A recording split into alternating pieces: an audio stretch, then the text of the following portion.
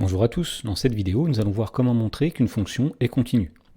Dans l'exemple on nous dit soit f la fonction définie par f de x égale premièrement f de x égale x carré plus 2 si x est strictement inférieur à 1 et deuxièmement f de x ce sera 2x plus 1 si x est supérieur ou égal à 1.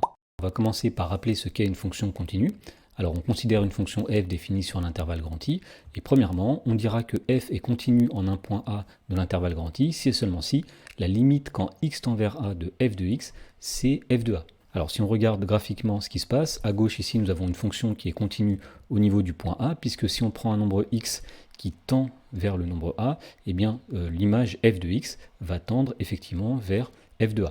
A l'inverse, nous avons à droite une fonction qui n'est pas continue au niveau du point A, puisque par exemple si on fait tendre un nombre x vers A par la droite, eh bien nous voyons que les images, les f de x, vont tendre vers un nombre qui n'est pas f de A. Alors l'idée qu'on peut retenir ici, c'est qu'une fonction ne sera pas continue en un point A s'il y a une cassure au niveau de ce point, et elle sera continue au niveau d'un point A si justement il n'y a pas de cassure. La deuxième chose à connaître, c'est la définition d'une fonction continue sur un intervalle. Alors on dit qu'une fonction f est continue sur un intervalle grand I si cette fonction est continue en tout point A de l'intervalle grand I. Alors si on reprend les deux schémas ci-dessous, à gauche nous avons une fonction qui est continue sur tout l'intervalle où elle est représentée, et à droite nous avons une fonction qui est continue partout sauf au niveau du point A. Et donc pour reconnaître graphiquement la courbe d'une fonction continue, c'est une courbe qu'on peut tracer sans lever le stylo. Donc à gauche nous avions bien une fonction qui est continue, et à droite, puisqu'on est obligé de lever le stylo à un moment donné pour représenter la courbe de f, la fonction n'était pas continue sur tout l'intervalle. Alors si on revient à l'exemple, nous allons tout d'abord représenter graphiquement la fonction f.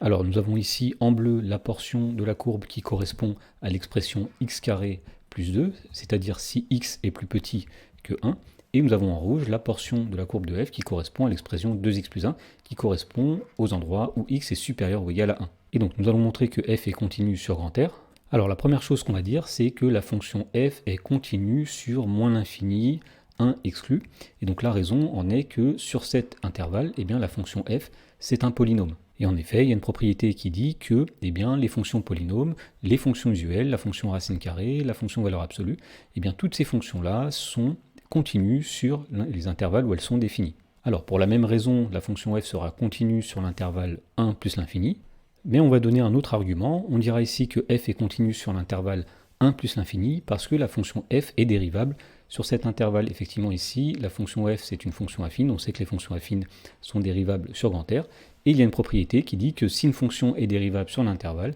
elle est continue sur cet intervalle. Voilà, donc on a montré que f est continue sur moins l'infini 1, et qu'elle est continue sur 1 plus l'infini. Il reste à démontrer maintenant que la fonction f est continue au niveau de x égale 1. Alors pour montrer que f est continue en 1, on va reprendre la définition. Donc la fonction f sera continue en 1 si la limite quand x tend vers 1 de f de x, ce sera égal à f de 1. Donc ce qu'on va faire ici, c'est tout d'abord on va calculer la limite quand x tend vers 1 par la gauche. Ensuite on va calculer la limite quand x tend vers 1 par la droite, et on verra si ces deux limites sont égales et si elles sont égales à f de 1. Alors la première chose qu'on va faire, c'est qu'on va calculer f de 1.